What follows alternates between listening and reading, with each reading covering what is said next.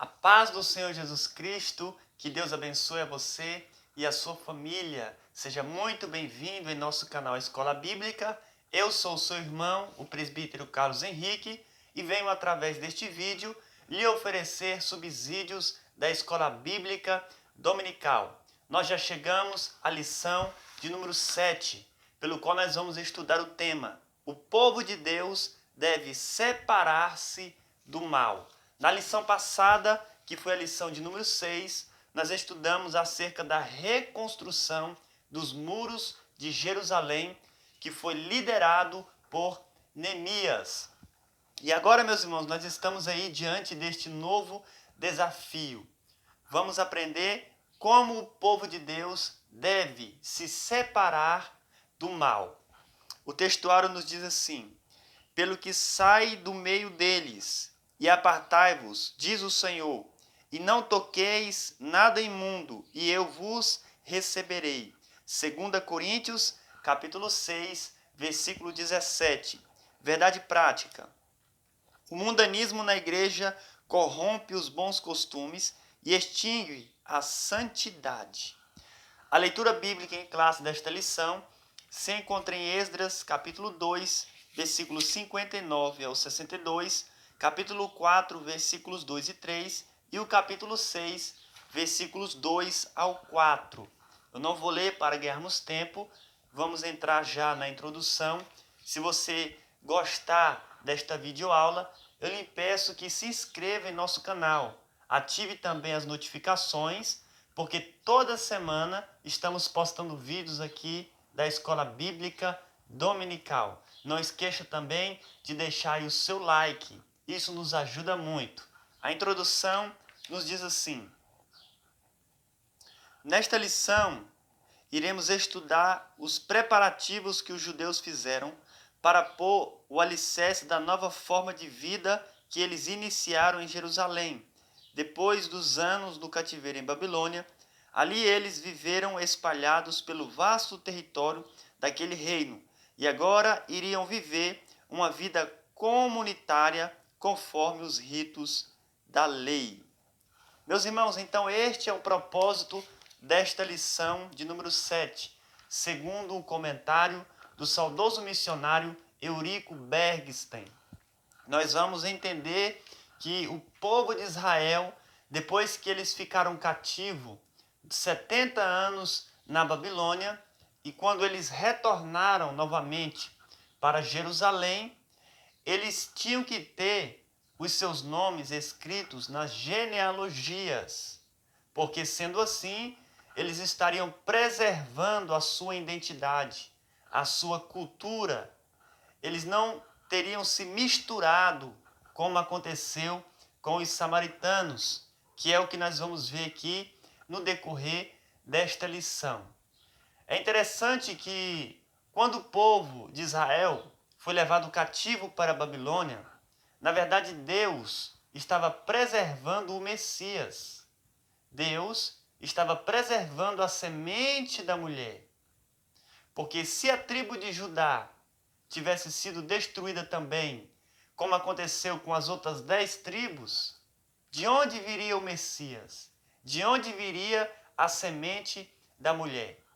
Então isso também foi um propósito de Deus, de preservar o remanescente, a semente que viria o Messias, lá na Babilônia, durante 70 anos.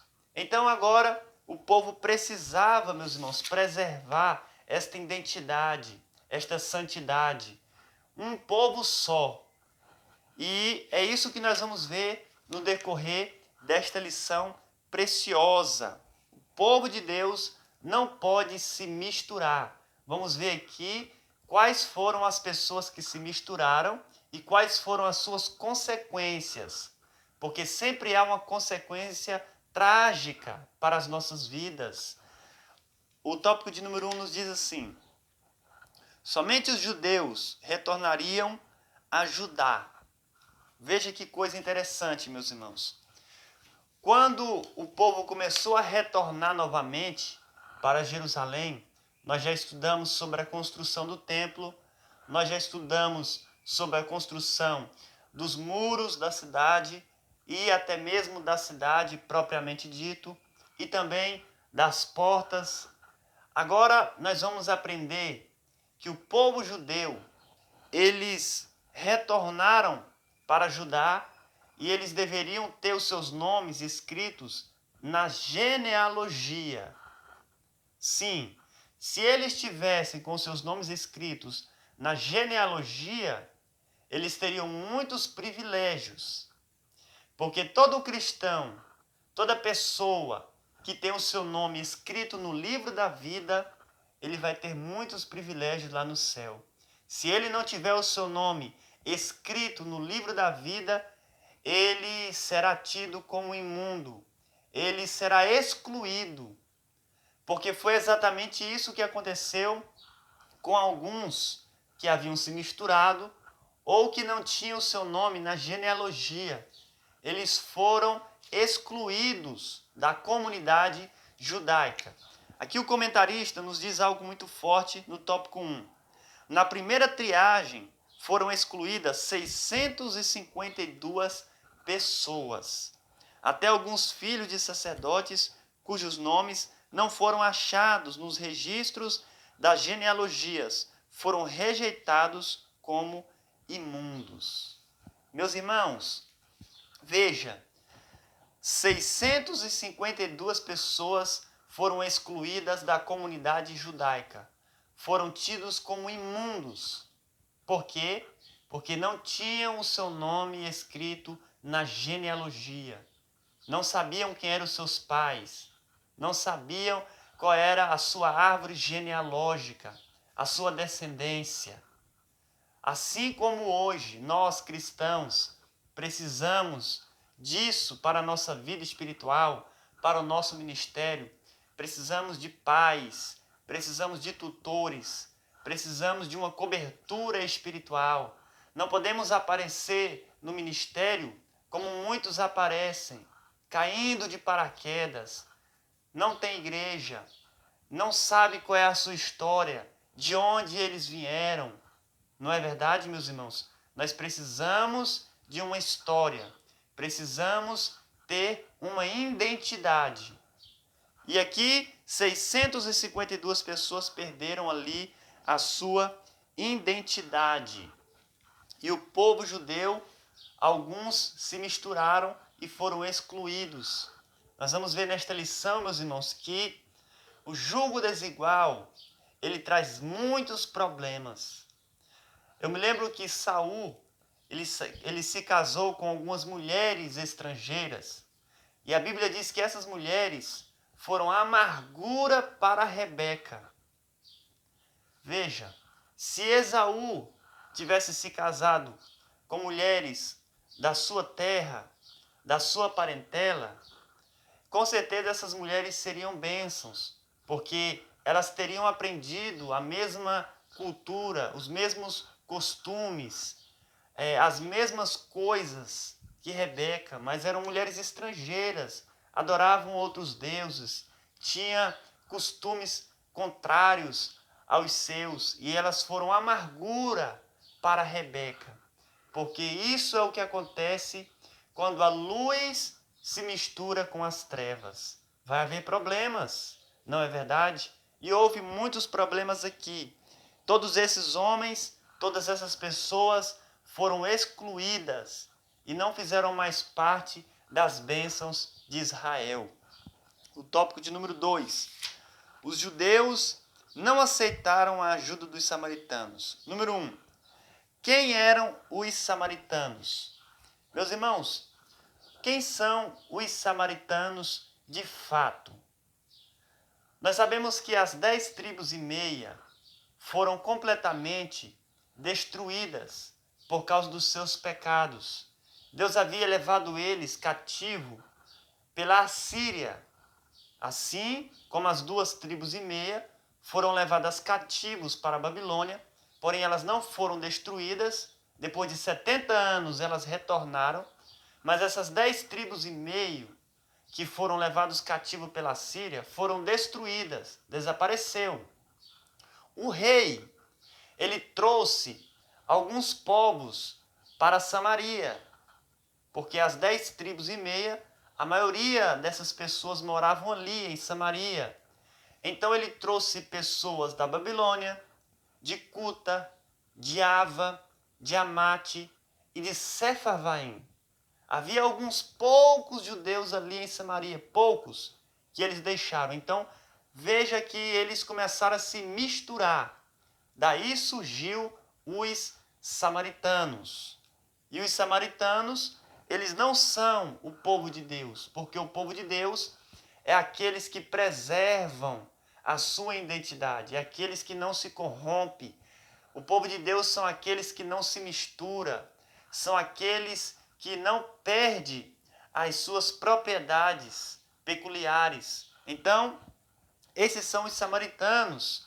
Eles deram muitos problemas para os judeus quando queriam construir o templo e também os muros. E isso perdurou até João, capítulo de número 4, quando Jesus veio para restaurar tudo isso, não é verdade? Para salvar tanto os judeus como os gentios, para formar a sua igreja. Então esses são os samaritanos. Os samaritanos são uma mistura de povos. Os samaritanos não são povo de Deus no Antigo Testamento. Não tem parte alguma com os judeus. Amém? Na verdade, os samaritanos foi uma pedra de tropeço na vida do povo de Israel. Então esses são, meus irmãos, os samaritanos. Número 1. Os samaritanos ofereceram cooperação aos judeus. Conforme eu disse, né, quando os judeus estavam construindo o templo e também na construção dos muros, o templo foi construído na liderança de Zorobabel e os muros foi construído pela liderança de Neemias. Tanto um quanto o outro tiveram oposições e dos samaritanos. A oposição mais forte veio da parte dos samaritanos. Eles queriam ajudá-los, mas era uma estratégia, nós sabemos. Quem sabe, se eles permitissem com que os samaritanos viessem os ajudar ali naquela construção, eles queriam parte com aquilo, não é verdade? Mas eles não tinham, porque aqueles que se misturam, esses são excluídos. Aqueles que se misturam automaticamente se tornam imundos. Não tem como um crente que se torna impuro, imundo, subir para o céu. Ele vai perder essas bênçãos. Ele vai perder a sua salvação. O seu nome não vai estar mais nas genealogias por causa da mistura. O seu nome não vai estar mais escrito no livro da vida. Então, veja o que diz os Salmos 1, verso de número 1, meus irmãos, até o verso de número 2. Esse salmo é bastante conhecido, mas é muito forte. Bem-aventurado o varão que não anda segundo o conselho dos ímpios. O crente não pode andar segundo o conselho dos ímpios, nem se detém no caminho dos pecadores, e nem se assentar na roda dos escarnecedores. Essa é a conduta do crente, meus irmãos. A luz não combina com as trevas. A ovelha não consegue conviver em um mesmo lugar com o bode. O joio não dá certo, meus irmãos, com o trigo. O vaso de honra não dá certo com o vaso de desonra. Deus nunca vai ter paz com o diabo. Então, meus irmãos, nós não podemos nos misturar. Devemos nos preservar em santidade, para que o nosso nome não venha a ser apagado do livro da vida. Irmão Henrique, então quer dizer que o meu nome pode ser apagado do livro da vida? Pode. Aqui, 652 pessoas não tiveram seu nome na genealogia. Quem sabe alguns foram tirados, porque se misturaram. Outros não foram achados. Mas um crente pode ter o seu nome apagado do livro da vida. E como eu sei disso? Quando os 12 discípulos, Judas também estava, foi enviado por Jesus para curar os enfermos, para ressuscitar os mortos, para expulsar os demônios. A Bíblia diz que eles voltaram felizes e alegres. Eles disseram: Senhor Jesus, nós curamos muitos enfermos, até os demônios se nos sujeitam. Nós estamos alegres. Jesus diz: alegrai-vos antes, por ter o vosso nome escrito no livro da vida. Então o nome de todos os discípulos estava escrito no livro da vida. Jesus foi quem disse. Mas lá no final, né, quando Jesus foi vendido, a Bíblia diz que Judas, ele correu para tirar a sua própria vida. E ele se suicidou-se. E ele teve o seu nome apagado do livro da vida. Então Judas, que outrora tinha o seu nome escrito no livro da vida, agora não tem mais. Então um cristão pode ter sim o seu nome apagado do livro da vida se ele se misturar, se ele perder a sua identidade. Vamos aqui para o número 3. Os samaritanos procuraram. Meus irmãos, falando ainda acerca dos samaritanos, né, em que eles queriam ajudar ali os judeus à construção e que isso iria acarretar em grandes problemas para a vida dos israelitas, e eles tomaram uma decisão certa. Eles disseram não. Eles não deixaram eles nem ajudar na construção, nem do templo e nem dos muros. Porque mais na frente, quem sabe eles queriam, né, se casar entre si. Os samaritanos iam dar as suas filhas ou seus filhos para os judeus e vice-versa. Mas eles não aceitaram, porque o jugo desigual, conforme eu disse, traz muitos problemas. Nós temos na Bíblia o maior exemplo de jugo desigual. Quem é o maior tipo de jugo desigual na Bíblia? Salomão. Salomão, ele se casou com muitas mulheres e ele se corrompeu. Ele se casou com 300 princesas e 700 concubinas. Muitas mulheres estrangeiras. E agora o homem mais sábio do mundo está praticando a idolatria porque se corrompeu, se casando com mulheres estrangeiras e passou agora a adorar os seus ídolos. Então isso nunca vai dar certo na vida do cristão. Número 4. Os samaritanos tornaram-se inimigos dos judeus. Aqui no finalzinho diz algo muito forte. Os samaritanos imaginariam que se conseguisse associar-se aos judeus, gozariam do mesmo prestígio que estes. Quando os judeus não aceitaram nada da parte dos samaritanos, o ódio velado transformou-se em inimizade declarada. Então, meus irmãos, a partir deste momento em que os judeus não deixou os samaritanos os ajudar na construção, houve aí essa guerra declarada. Meus irmãos, nós devemos ser radicais, às vezes, com o pecado. Devemos fazer como os judeus. Devemos dizer não ao pecado. Porque este é o maior sacrifício que um crente pode oferecer a Deus. Dizer não ao pecado. Porque quando o homem peca, ele peca com o seu corpo. E quando ele diz não ao pecado, ele está oferecendo o melhor sacrifício a Deus, que sobe como cheiro suave às narinas do Senhor.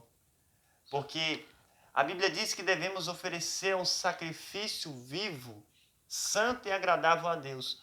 Um sacrifício vivo, somos nós mesmos. Então devemos dizer não ao pecado.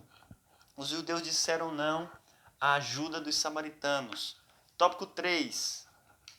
Deus exige santidade do seu povo. Número 1. Retornando do cativeiro, Israel separou-se do mal.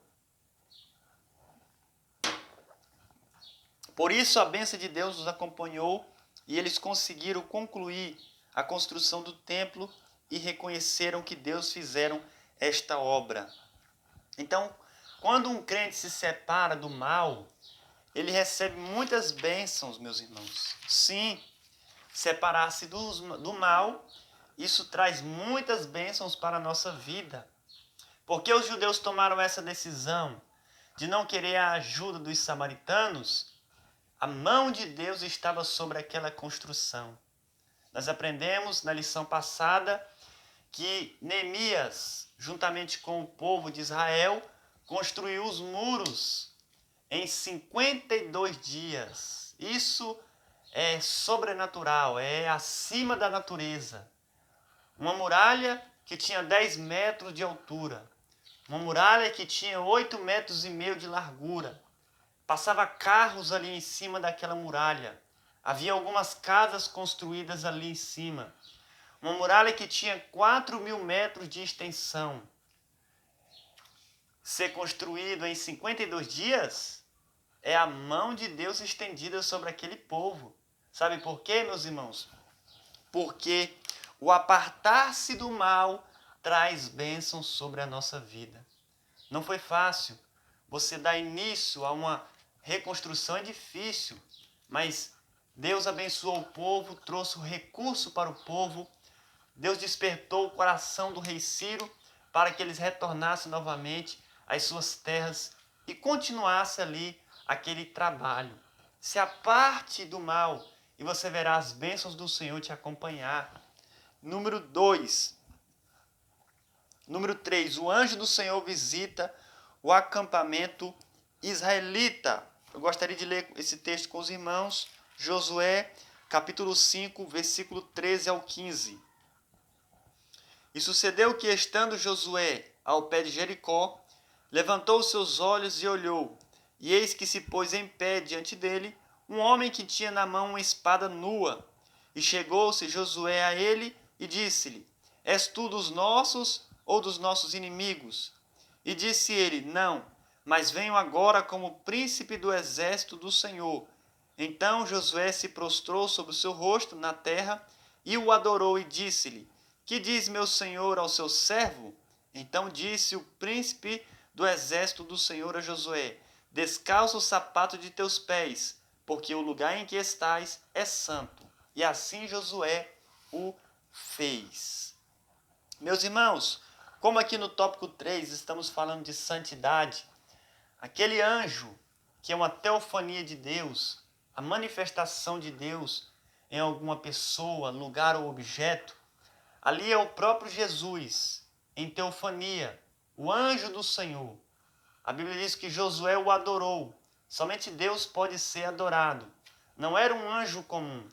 Mas o que nos chama a atenção é que aquele anjo, o anjo do Senhor disse para Josué: Tire a sandália dos teus pés, porque o lugar em que tu pisas, santo és. Eu me lembro que o anjo do Senhor também falou a mesma coisa para Moisés. Moisés, tira a sandália dos teus pés, porque o lugar em que estás, santo és. Algumas pessoas dizem que aquelas sandálias de Moisés eram do Egito. E a roupa também não era? Não é essa a interpretação bíblica, nós sabemos. Porque as sandálias aqui de Josué também não eram do Egito. E mesmo assim, o anjo mandou ele tirar a sandália dos teus pés. Isso fala de santidade, meus irmãos. Assim como na casa do Senhor, devemos guardar os nossos pés ao entrar na casa do Senhor. Ou seja, não podemos trazer nada do mundo para a igreja.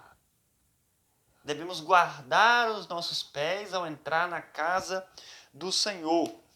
Então isso era um ato de santidade.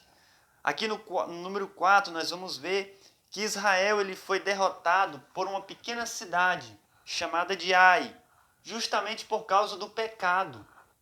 Porque a santidade, ela traz muitas bênçãos para as nossas vidas. O próprio Deus sempre dizia isso para Israel: santificai-vos hoje, porque amanhã fará o Senhor maravilha no meio de vós. Se nós queremos colher as maravilhas de Deus amanhã, devemos nos santificar hoje. Se nós queremos, meus irmãos, ter uma vida vitoriosa, devemos andar em santidade. Enquanto o povo de Israel estava entendendo isso, por onde eles passavam, eles iam devastando tudo. As nações tinham medo de Israel. tanto no comando de Moisés, quanto no comando de Josué. Josué principalmente, porque o maior exterminador de nações, de povos, de pessoas não foi Davi. Quando você lê a história de Davi, você percebe que ele matou muitas pessoas. Mas Josué foi o homem que mais matou pessoas. Ele matou mais de 30 reis e reinos. Josué, aonde ele passava com o povo de Israel, eles iam conquistando. Porque era um povo que andava em santidade, em comunhão. Sabe por quê, meus irmãos? Porque enquanto eles estivessem fazendo a vontade de Deus, as bênçãos os acompanhariam. Mas chegou um momento em que eles pecaram. E uma pequena cidade chamada Ai conseguiu derrotar este exército tão poderoso que era o exército de Israel, que por onde passava devastava, conquistava e vencia. E agora estava sendo derrotado por Ai. Josué chorou porque isso nunca havia acontecido por causa do pecado. O pecado traz destruições e desgraças para as nossas vidas. O pecado não compensa, meus irmãos. Devemos sim andar em santidade. Devemos sim nos apartar do mal. Fazer como Jó, se desviar do mal. Não é verdade? Vamos aqui para o tópico de número 4. Devemos manter uma vida de separação do mal. Número 1. Os judeus mantiveram-se separados dos samaritanos. Então vale a pena, meus irmãos, manter uma vida separada. Assim como os judeus fizeram certo, né? Ao viver uma vida separada ali dos samaritanos. Os samaritanos para um lado e o povo de Israel para o outro. Depois que eles vieram do cativeiro, eles aprenderam muito, porque o cativeiro ele nos ensina muito. Quando alguém está no cativeiro da enfermidade, no cativeiro da vida financeira, no cativeiro familiar, sempre nos traz lições preciosas. E Israel, ele aprendeu essa lição, eles nunca se misturaram, né? Algumas pessoas ali pecaram ainda, mas o povo em si não caiu mais nesse pecado. Os samaritanos para um lado e o povo judeu para o outro lado. Ainda que venha ser um parente mais chegado seu, se ele não quer Deus, se afaste um pouco. Faça como Abraão. Logo, você é meu sobrinho querido, mas alguma coisa está dando errado, vai para a direita que eu vou para a esquerda. E é assim que devemos fazer, meus irmãos. Devemos nos apartar do mal, devemos nos apartar daquilo que é impuro, do mundo, da carne, do diabo. E o povo judeu ali se separou dos samaritanos. Tem uma igreja chamada Igreja de Pérgamo, que em grego significa casado. Pérgamo era uma igreja casada com o mundo. Tem muitos crentes assim hoje. Eles vivem na igreja e no mundo. Um pé na igreja e um pé no mundo. É o crente casado com o mundo. E isso não deve acontecer conosco, meus irmãos. Devemos estar casados com o Senhor. Amém? Porque a Bíblia diz que a igreja é a esposa de Cristo. A igreja não é noiva, ela é esposa, ela já está casada. Amém? Só falta agora as núpcias espirituais que vai acontecer após o arrebatamento da igreja, onde durante 7 anos vamos estar ali nas bodas do Cordeiro. Número 2. A Bíblia mostra exemplos de servos de Deus que duvidaram se valia a pena manter a linha de separação do mal. Tem muitos exemplos, meus irmãos, na Bíblia de pessoas, né, que duvidaram acerca desse tema. E no número 3 diz: devemos viver conforme a vontade do Senhor. Qual é a vontade do Senhor? Vamos ler 1 Tessalonicenses, capítulo 4, versículo 3. Porque é assim que o crente deve viver, segundo a vontade do Senhor. Porque esta é a vontade de Deus, a vossa santificação. Sim, que vos abstenhais da prostituição. Louvado seja o nome do Senhor. Então, irmão Henrique, quer dizer que a vontade de Deus é que eu ando em santidade? Sim. Esta é a vontade de Deus. Eu já vi muitas pessoas dizer, eu queria saber qual que é a vontade de Deus para a minha vida. Está aqui. Você não precisa procurar um profeta, uma profetisa. Procure a palavra. Olha o que diz 1 Tessalonicenses capítulo 4, versículo 3. Porque esta é a vontade de Deus, a vossa santificação. Quando um crente anda em santidade, esse crente está fazendo a vontade de Deus. Número 4, bênçãos acompanha os que vivem conforme a vontade de Deus. A primeira bênção que acompanha os crentes que vivem em santidade são as bênçãos espirituais. Essa é a primeira bênção que vem sobre nossas vidas. É um crente que é batizado no Espírito Santo, que recebe os dons espirituais. Todas as bênçãos espirituais vêm sobre a sua vida. Em segundo lugar, eles tornam-se preparados para serem usados por Deus em sua obra. Deus ele vai te preparar para te usar na obra dele. Então essa é a segunda bênção na vida daquele crente que anda em santidade. E terceiro, e o melhor de tudo, é que eles estão preparados para o arrebatamento da igreja. Aleluia, porque quando Jesus vier, meus irmãos, não devemos nos preparar, devemos estar preparados, porque o arrebatamento do Senhor Jesus será num abrir e piscar de olhos. Você consegue se preparar para alguma coisa em um abrir e piscar de olhos? De maneira nenhuma.